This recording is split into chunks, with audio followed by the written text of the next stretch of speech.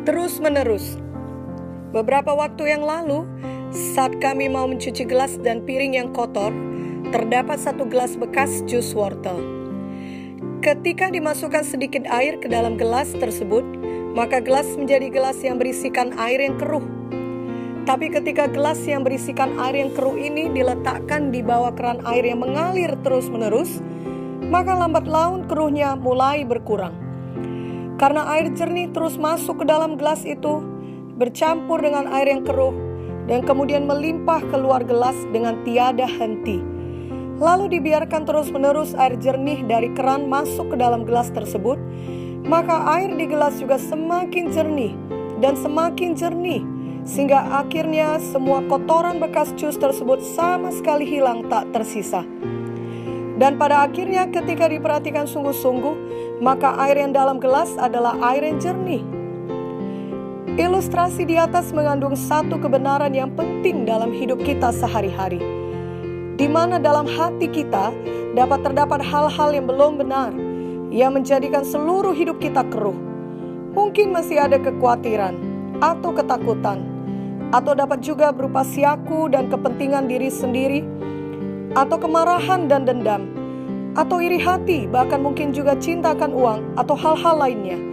Semua hal tersebut adalah dosa dan harus segera kita tinggalkan, karena bertentangan dengan firman Tuhan dan tidak akan membawa kebaikan bagi kita.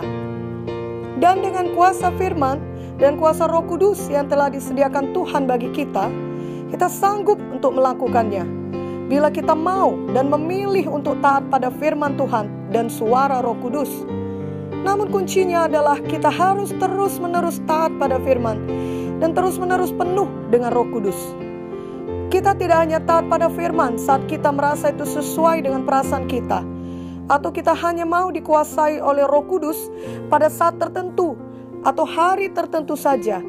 Misalnya nanti pada hari Pentakosta saja. Tidak demikian. Kita harus mau penuh firman dan penuh Roh Kudus tiap-tiap hari dan terus-menerus. Sama seperti gelas yang berisi air keruh tadi, bila terus-menerus diisi air jernih, maka akhirnya air di gelas tersebut akan jernih juga. Demikian kita harus memilih untuk terus-menerus taat pada firman dan penuh dengan kuasa Roh Kudus tiap-tiap hari. Kedudukan kita dalam gereja ataupun gelar kita, bahkan pelayanan kita yang dikenal banyak orang, tidak menjamin bahwa hidup kita adalah benar-benar hidup yang taat pada firman dan Roh Kudus. Tuhan mengetahui hati kita yang sebenarnya. Dan jika kita jujur, kita juga akan menyadari apakah benar kita terus-menerus mau diisi oleh firman dan kuasa Roh Kudus. Kiranya sejak hari ini kita mau dan bahkan kita rindu untuk hidup terus-menerus dalam persekutuan dengan Tuhan. Terus-menerus diisi firman, terus-menerus dipimpin Roh Kudus. Kita semakin baik dan semakin bertumbuh secara rohani tiap hari. Apalagi di saat pandemi virus COVID-19 ini, di mana kebanyakan kita memiliki lebih banyak waktu luang dibandingkan hari-hari sebelumnya. Hal ini dapat menjadi satu kesempatan yang baik untuk mengubah gaya hidup kita menjadi gaya hidup yang benar-benar memprioritaskan persekutuan dengan Tuhan. Dan memang itulah yang terpenting dan merupakan hal yang benar untuk dilakukan. Sehingga hidup kita benar-benar menjadi suatu hidup yang diubahkan, menjadi lebih seperti Yesus yang bertumbuh dan pasti akan membawa orang lain pula kepada Tuhan Yesus. Yohanes 7 ayat 37 mengatakan bahwa dari dalam hati kita akan mengalir aliran-aliran air hidup. Itulah Roh Kudus yang telah diberikan Tuhan kepada kita.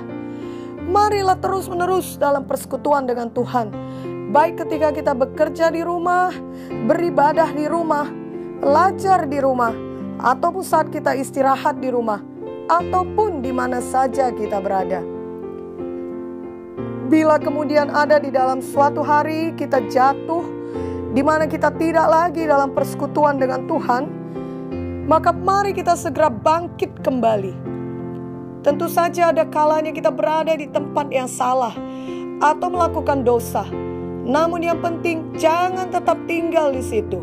Jangan mengeraskan hati, membuat alasan, dan meneruskan gaya hidup yang berdosa tersebut.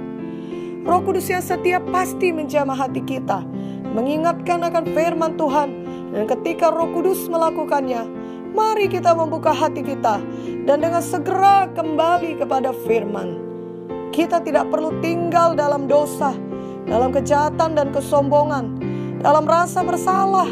Karena bila kita datang untuk bertobat, Tuhan Yesus selalu menerima kita dengan tangan terbuka. Jangan pula tunggu sampai kita merasa baik, baru kita mau datang kepada Tuhan. Karena biasanya orang yang menunda seperti itu pada akhirnya tidak akan pernah datang. Tuhan Yesus menerima kita apa adanya. Dan justru ketika kita datang pada Tuhanlah, kita beroleh kesanggupan untuk berubah dan bertambah baik. Mari mulai sekarang semua kita membuat satu komitmen untuk mau terus-menerus penuh dengan firman Tuhan. Mau terus-menerus dipenuhkan oleh Roh Kudus. Yang artinya kita mau taat kepada apa kata firman dan pimpinan Roh Kudus dalam hati kita tiap-tiap hari. Mari tiap-tiap hari benar-benar kita jalankan kehidupan yang tiada hari tanpa doa dan firman. Karena memang tiada jalan lain untuk kita dapat hidup dalam damai, khususnya di tengah situasi pandemi COVID-19 ini. Janganlah kita mengandalkan kekuatan manusiawi saja. Kita semua membutuhkan Tuhan dalam hidup kita. Sangat mudah hati dan kehidupan kita dikuasai oleh kekhawatiran, ketakutan, kebingungan, kesedihan, kebosanan, atau mungkin oleh kesibukan-kesibukan. Namun itu semua akan membuat kita menjauh dari Tuhan di saat pandemi COVID-19 ini. Marilah kita semua datang mendekat kepada Tuhan dan benar-benar menyediakan waktu untuknya secara khusus setiap hari. Bahkan hati kita terbuka untuk terus-menerus bersekutu dengannya sepanjang hari, sehingga hati kita tidak dikalahkan oleh semua hal-hal negatif di atas. Hanya dengan kekuatan dari Tuhanlah kita dapat hidup menang dan sejahtera setiap hari. Kalau ada hari di mana kita tidak melakukannya, maka jangan teruskan demikian.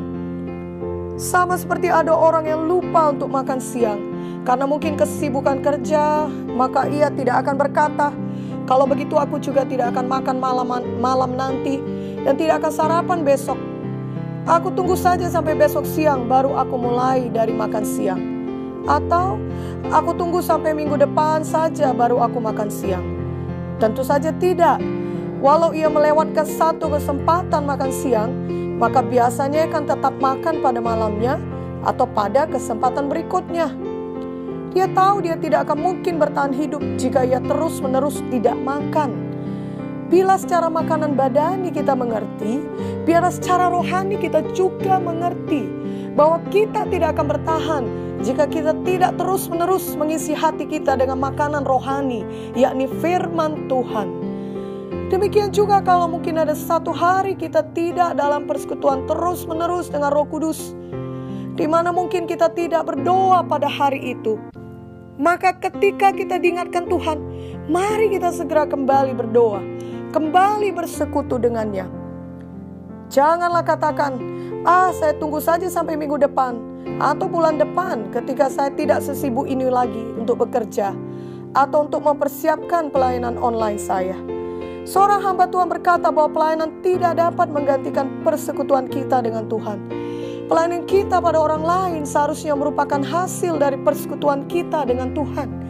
Janganlah sampai kita membuat alasan bahwa pelayanan membuat kita terlalu sibuk dan tidak mempunyai waktu yang cukup untuk bersekutu dengan Tuhan.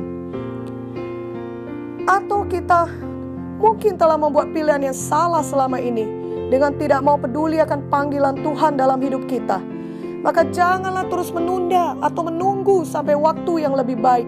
Janganlah membuat alasan, nanti saja ketika aku tamat kuliah, ketika aku menikah, ketika aku sudah dapat kerja, ketika aku sudah punya anak, ketika anakku nanti sudah besar, ketika nanti aku bertambah sehat atau alasan lainnya. Pandemi COVID-19 ini kiranya membuat kita berpikir dan menyadari betapa rencana manusia dapat berubah begitu saja dalam sekejap mata. Itu sebabnya selagi ada waktu untuk mengerjakan sesuatu bagi Tuhan, untuk menjawab panggilannya dalam hidup kita, janganlah kita menundanya. Yohanes 9 ayat 4 berkata, kita harus mengerjakan pekerjaan Dia yang mengutus aku selama masih siang, akan datang malam di mana tidak ada seorang pun yang dapat bekerja. Mari kita terus-menerus hidup dalam firman. Mari kita terus-menerus penuh Roh Kudus. Mari kita terus-menerus hidup bagi Tuhan dengan segala yang ada pada kita. Apakah saat kita masih single atau sudah menikah, saat kita masih muda atau sudah berumur, saat kita belum bekerja atau sudah bekerja, dan pada saat ini di mana kita semua sama-sama menghadapi pandemi COVID-19. Tuhan Yesus tidak pernah meninggalkan kita dan akan memimpin kita tiap-tiap hari melalui firman-Nya yang kuasa Roh Kudus-Nya, jika kita mau memberikan hati kita dan waktu kita bersekutu dengannya. Setiap saat menjadi saat yang baik, sebab kita terus-menerus hidup dalam Tuhan, terus-menerus hidup bersama Tuhan, terus-menerus hidup taat dan percaya kepada Tuhan, dan terus-menerus hidup bagi Tuhan. Amin.